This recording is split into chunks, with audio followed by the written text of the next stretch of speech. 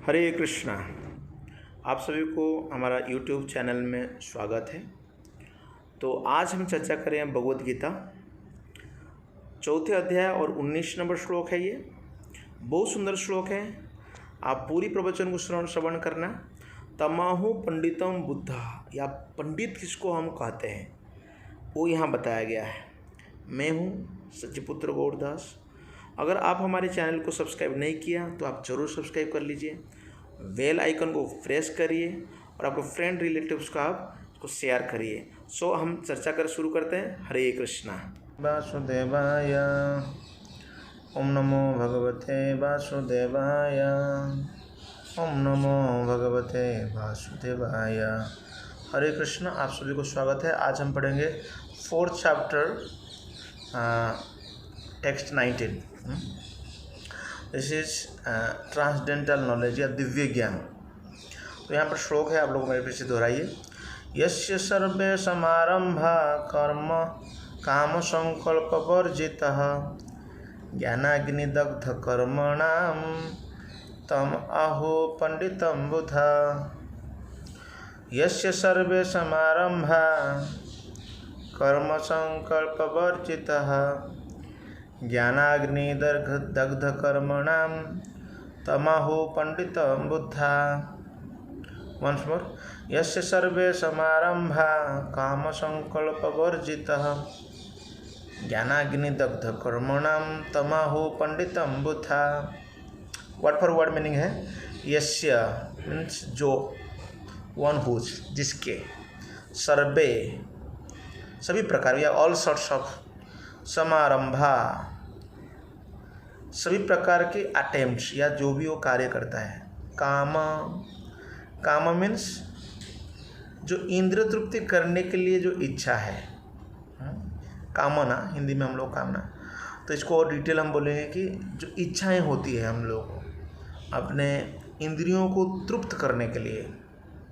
संकल्प मतलब संकल्प, डिटर्मिनेशन। वर्जितः वर्जन करके या डिवॉइड ऑफ, इंग्लिश में बताया डिवॉइड ऑफ, वर्जन किया गया। ज्ञान क्या? Of perfect knowledge. ज्ञाना अग्नि, ज्ञान अग्नि से ज्ञान रूपक अग्नि। दग्ध कर्मणाम, जो कर्मणम मीन्स द परफॉर्म, जो कार्य करने वाला है वो जल जाता है। Burnt by, being burnt by में जला जाता है। तमाहु उसी को कहा जाता है, डिक्लेयर किया जाता है। पंडित बुद्ध, इसी को पंडित कहा जाता है। अगर हम अनुवाद देखेंगे, यहाँ पर बताया गया है one who's understood be in the full knowledge, जिस व्यक्ति पूरी तरह ज्ञान प्राप्त किया है और जिसकी हर कार्य कैसा है, इंद्रिय तृप्ति की इच्छा से रहित होकर के। इसी को साधु सुंदर लोग कहते हैं ऐसा है कर्मी जिसकी प्रत्येक कार्य, जो फ्रूटिटिव एक्शन है, इसको कहते हैं सकाम कर्म, है ना। सकाम कर्म, ये सकाम कर्म क्या है आप लोग देखेंगे। फ्रूटिटिव एक्शन मतलब जो कार्य का हम फल चाहते हैं, फल चाहते हैं, समझ रहे। तो उसी को हम फ्रूटिटिव एक्शन बोलते हैं या सकाम कर्म कहते हैं। तो सभी लोग तो कर्म करते हैं लेकिन फल का आशा करते हैं। हमारे शास्त्र में, गीता में पढ़ा होगा आप लोग, कर्मण्य व्याधिकारस्ते माँ फलेषु कदाचन, कि आप कर्म करो लेकिन फल की आशा मत रखो। क्यों? क्योंकि ये जो फल है, फ्रूट है, हमारे हाथ में नहीं है। जैसे आप एग्ज़ाम दिया तो इस एग्ज़ाम देने के बाद आप देखते हैं तो रिजल्ट कौन देता है? बोर्ड देता है ना। आपके कर्म करने के अधिकार है। और वहाँ पर कोई देखो बैठा है और नशा पान कर लिया है और आपको कम मार्क दे दिया। अगर वैल्यूएशन करने के टाइम कम मार्क दिया तो आप क्या करेंगे? वही आप लिखते समय अगर कोई वैल्यूएशन अच्छा दे दिया तो अच्छा मार्क्स आ जाएगा। It depends on Krishna. तो ये सब जल जाता है। ये जितना भी ये सकाम कर्म का जो फल है, कभी कभी हमको अच्छा भी मिलता है, कभी बुरा भी मिलता है। अच्छा फल मिलेगा तो आप स्वर्ग जाएंगे, आपका पदोन्नति होगा, आपका अच्छा होगा। अगर बुरा होगा तो इसके फल क्या होगा हमको पता नहीं। तो ये क्या होता है? परफेक्ट ज्ञान से ये जो कर्म है, अगर आपको ज्ञान हुआ तो ये कर्म जल जाता है। मतलब इसकी नष्ट हो जाता है, ऐसा कहा गया तात्पर्य। तो यहाँ पर हम लोग देखेंगे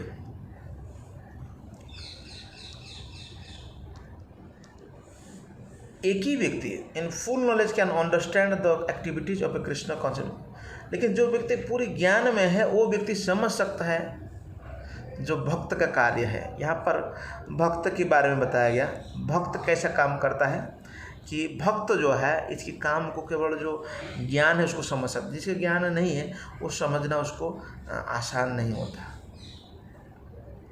क्योंकि जो कृष्ण भावनामृत का जो व्यक्ति है वो हर तरह की इंद्रिय तृप्ति के कार्य से या इस तरह की इच्छा से वो डिवॉइड है या उसका इच्छा नहीं है। ये कैसे संभव है? सभी काम भगवान के लिए करना है, भगवान की प्रसन्नता के लिए करते हैं। इसको कहते हैं welfare activities. So India is a welfare state. So welfare state मतलब लोगों के हित के लिए जो कार्य किया जाता है। तो यहाँ पर जो है भगवान की जो कार्य है उस कार्य को हम लोग इसको समझ आता है that he has bond of the reaction of his work by perfect knowledge. सही ज्ञान से वो अपने कार्य के जो फल को जला सकते हैं, अर्थात उसकी फल का उसको रिएक्शन नहीं मिलेगा।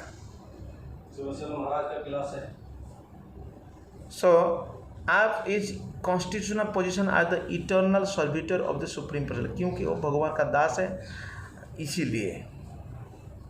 इसीलिए इसको कहते हैं लॉर्नेड। ए लर्नेड और एजुकेटेड, आजकल हम लोग एजुकेटेड बोलते हैं ना, एजुकेशन लिया है स्कूल से। एजुकेशन किसकी लिया है? कैसे पेट भरेगा उसी का खाली ज्ञान लिया है। खाना पीना सोना बच्चा पैदा करना, ये 4 चीज़ की लोग ज्ञान लिया है। तो इसलिए मतलब he is actually learned who has attend to such perfection of knowledge, जिन्होंने समझ चुका कि कार्य कैसे करना है, हम काम किसके लिए, इसलिए इसको कहा गया दिव्य ज्ञान। तो इसी ज्ञान का development of this knowledge of the eternal service of the lord is compare to fire. तो भगवान की सेवा करने के लिए जो ज्ञान है जो बताया जा रहा है, इसी को कहते हैं आग की तरह तुलना किया गया। जैसा कि आग लगाया जाता है, हर प्रकार की क्या होता है, one can burn off all kinds of reaction to work. हर प्रकार की जो कार्य है मतलब रिएक्शन है उसी को वो बदल सकता है या जला सकता है। तो अगर हम लोग इसी परपट को चेक करेंगे तो यहाँ पर जो आप लोग देख रहे हैं, यस्य सर्वे समारंभ काम संकल्प वर्जिता। तो हम लोग बहुत सारे इनिशिएटिव लेते हैं, इनिशिएटिव इतना लेते हैं, तो इसलिए हम अगर देखें सर्वे समारंभ काम, ये जितना भी इनिशिएटिव लेते हैं, लेकिन हम लोग संकल्प करते हैं कि इसको पूर्ण करेंगे। पूर्ण करना चाहिए, हर कार्य को हम लोग पूर्णता की ओर ले जाना चाहिए, सक्सेस की ओर ले जाना चाहिए। ऐसा ना कि ऑन सक्सेस, हाँ ये ठीक नहीं, सक्सेस चाहिए, you have to do complete it. तो हर लोग संकल्प कर रहे हैं और कार्य का इनिशिएटिव ले रहे हैं, लेकिन इसको हमको जानना चाहिए कि किसके लिए कर रहे थे। हमको पूरी तरह ज्ञान होना चाहिए, इसके बारे में हमको नॉलेज होना चाहिए। क्या हम लोग भगवान का दास है, भगवान के हैं हम लोग। तो इसलिए इस संसार में जो भी काम करते हैं ये, इसलिए उस इस उपनिषद में एक श्लोक है, ईशावास्यम इदम सर्वम यत् किंचित जगतम जगत, अर्थात इसके लिए इसकी संसार है, भगवान के संसार है। इसलिए भगवान के संसार में हम लोग पोर्शन दिया गया है, पार्ट दिया गया है।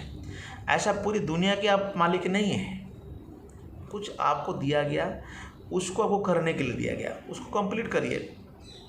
तो इसलिए मतलब ज्ञानाग्नि दग्ध कर्माणि तमाहु पंडितम बुद्धा। इसलिए साधु लोग इसी को पंडित कहते हैं। पंडित ऐसा नहीं कोई स्कूल कॉलेज में पढ़ाई कर लिया और PhD ले लिया और ऐसे बहुत लिया और इंद्रिय तृप्ति के लिए कार्य कर रहा है। सोचो कोई व्यक्ति है वो अपने इंद्रिय तृप्ति करने अपने में पड़ा हुआ है, इसलिए हमारे यहाँ पर कर्मयोगी कहते हैं। जो इस तरह निष्काम कर्म करते उसकी सराहना की जाती है ना। इस संसार में जो भी इंद्रिय तृप्ति करने वाले खुद के लिए जीते, उसके कोई खाया पिया मर गया आगे का कुछ नहीं उसका।